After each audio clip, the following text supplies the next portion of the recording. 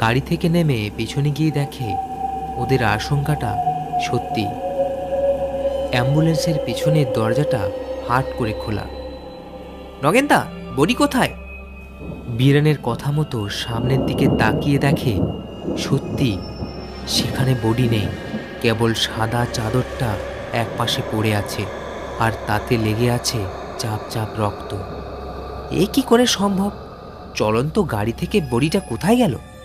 Body না পেলে তো আমরা ভীষণভাবে ফেঁসে যাব। স্যারকে গিয়ে এখন আমি কি বলবো? নগেন এইসব কথা বলছে, ঠিক এমন সময় বীরেনের যেন মনে হলো একটা ঠান্ডা নিঃশ্বাস ওর ঘাড়ে পড়ছে, যেন কেউ ফিসফিস করে বলছে, বডি খুঁজে পাচ্ছিস না বুঝি?